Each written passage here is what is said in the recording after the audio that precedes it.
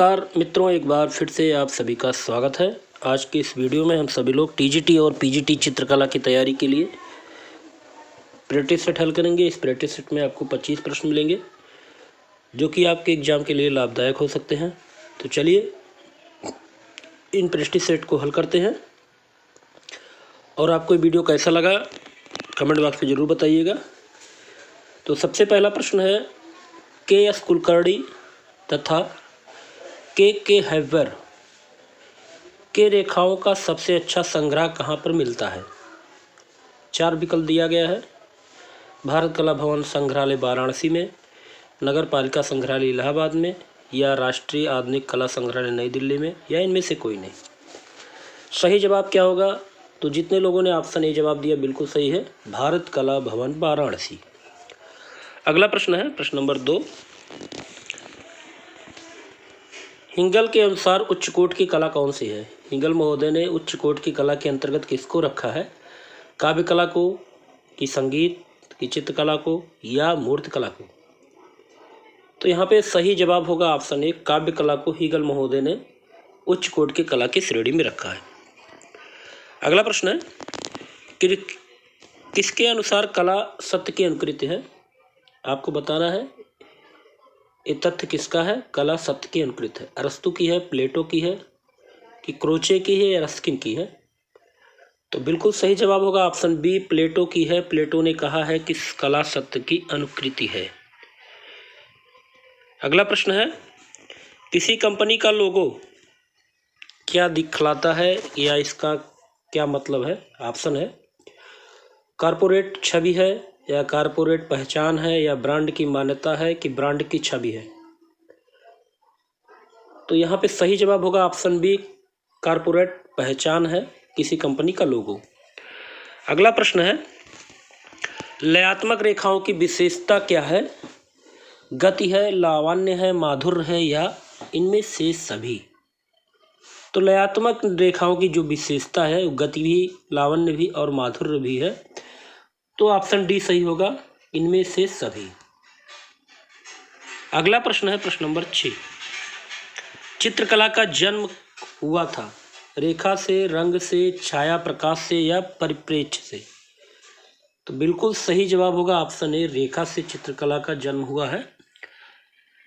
आगे देखते हैं। अगला प्रश्न है, लोक कला के महत्वपूर्ण कलाकार इनमें से कौन है? यामिनी राय, या एम.एफ. हुसैन, नंदलाल बोस, और इंद्रनाथ टैगोर? तो सही जवाब होगा ऑप्शन ए, यामिनी राय लोक कला शैली के महत्वपूर्ण कलाकार के रूप में जाने जाते हैं। अगला प्रश्न है, कला किस भाषा का शब्द है? हिंदी, संस्कृत, अरबी, या अंग्रेजी? तो कला जो है वो संस्कृत भाषा का शब्द है। ऑप्शन बी बिल्कुल सही होगा। अगला प्रश्न है, भारतीय कला में यथार्थवादी चित्रण करने वाले पहले चित्रकार कौन थे? भारतीय कला में, चित्रकला में यथार्थवादी चित्रण करने वाले पहले चित्रकार कौन थे? आपके पास ऑप्शन है रामसेवक, रवि वर्मा, रविंद्रनाथ टैगोर, या एम.एफ. हुसैन। बिल्कुल सही जवाब होगा ऑप्शन बी, रवि वर्मा। आगे देखते हैं। अगला प्रश्न है, निम्नलिखित में से प्रथम रंग कौन सा है? लाल, नीला, या पीला? इनमें से कोई नहीं, या इनमें से सभी? तो बिल्कुल सही जवाब होगा ऑप्शन डी, इनमें से सभी हैं। लाल भी है, पीला भी है, और नीला भी है। ये प्राथमिक रंग की श्रेणी में इनको रखा जाता है। आगे देखते हैं प्रश्न नंबर 11। लाल का विरोधी रंग कौन सा है? हरा, पीला, नारंगी, या नीला? सही जवाब होगा ऑप्शन ए, हरा। अगला प्रश्न है, निम्नलिखित में से गर्म रंग कौन सा है? सफेद, लाल, नीला, हरा? तो गर्म रंग की श्रेणी में रखा जाता है लाल को। ऑप्शन बी यहाँ पे सही होगा। आगे देखते हैं प्रश्न नंबर 13। नीरज गुप्ता है कार्टूनिस्ट, फोटोग्राफर, फिल्म निर्देशक, या टीवी होस्ट? तो नीरज गुप्ता जो है वो विशेष रूप से फोटोग्राफर हैं। ऑप्शन बी बिल्कुल सही होगा। अगला देखते हैं, सर्वप्रथम रंगों का वैज्ञानिक रूप में से प्रयोग किया गया? नवशास्त्रीयवाद में, प्रभाववाद में, यथार्थवाद में, या घनवाद में? तो बिल्कुल सही जवाब होगा ऑप्शन बी, प्रभाववाद में सर्वप्रथम रंगों का वैज्ञानिक रूप प्रयोग किया गया।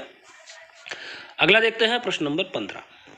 पोत का ज्ञान है स्पर्श द्वारा, आंखों द्वारा, या स्पर्श और आंखों द्वारा दोनों, या इनमें से कोई नहीं। बिल्कुल सही जवाब होगा ऑप्शन सी, ए और बी दोनों, अर्थात स्पर्श के द्वारा और आंखों के द्वारा बोध का ज्ञान होता है। अगला प्रश्न है प्रश्न नंबर 16। चित्रकार जिस भूमि पर अंकन का कार्य करता है वह क्या कहलाता है? अंतराल, धरातल, कैनवास या चित्रभूमि? यहाँ सही जवाब होगा ऑप्शन ए, अंतराल कहलाता है चित्रकार जिस भूमि पर अंकन कार्य करता है। अगला प्रश्न देखते हैं प्रश्न नंबर 17। 16वीं सदी के महान मूर्तिकार माइकल एंजेलो ने मानव आकृति को कितने तालों में निर्मित किया है? 7, 8, 9 या 10? तो यहाँ पे सही जवाब होगा ऑप्शन बी, 8 ताल में। आगे देखते हैं अगला प्रश्न है, बंगाल शैली के संस्थापक किसे माना जाता है?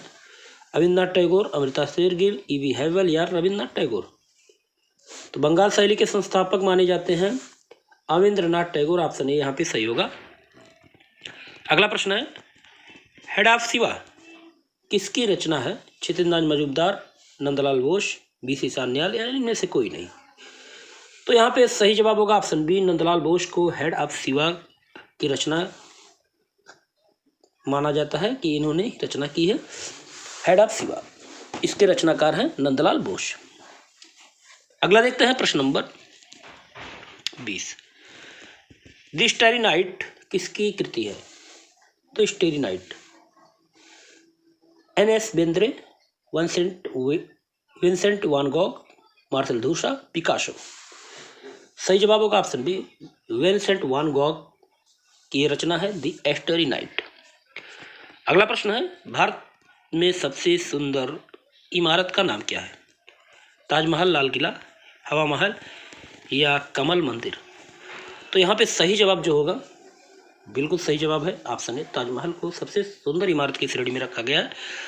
आगे देखते हैं प्रश्न नंबर 22।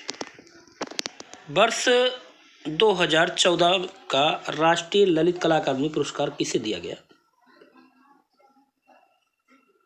सही जवाब होगा ऑप्शन ए, 2014 में राष्ट्रीय ललित कला का पुरस्कार दिया गया था नंग मैथम नंदराज को।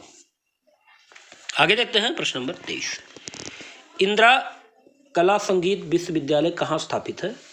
छत्तीसगढ़, मध्य प्रदेश, उत्तर प्रदेश या महाराष्ट्र? बिल्कुल सही जवाब ऑप्शन ए होगा, छत्तीसगढ़। इंदिरा कला संगीत महाविद्यालय छत्तीसगढ़ में स्थापित है। आगे प्रश्न है प्रश्न नंबर 24।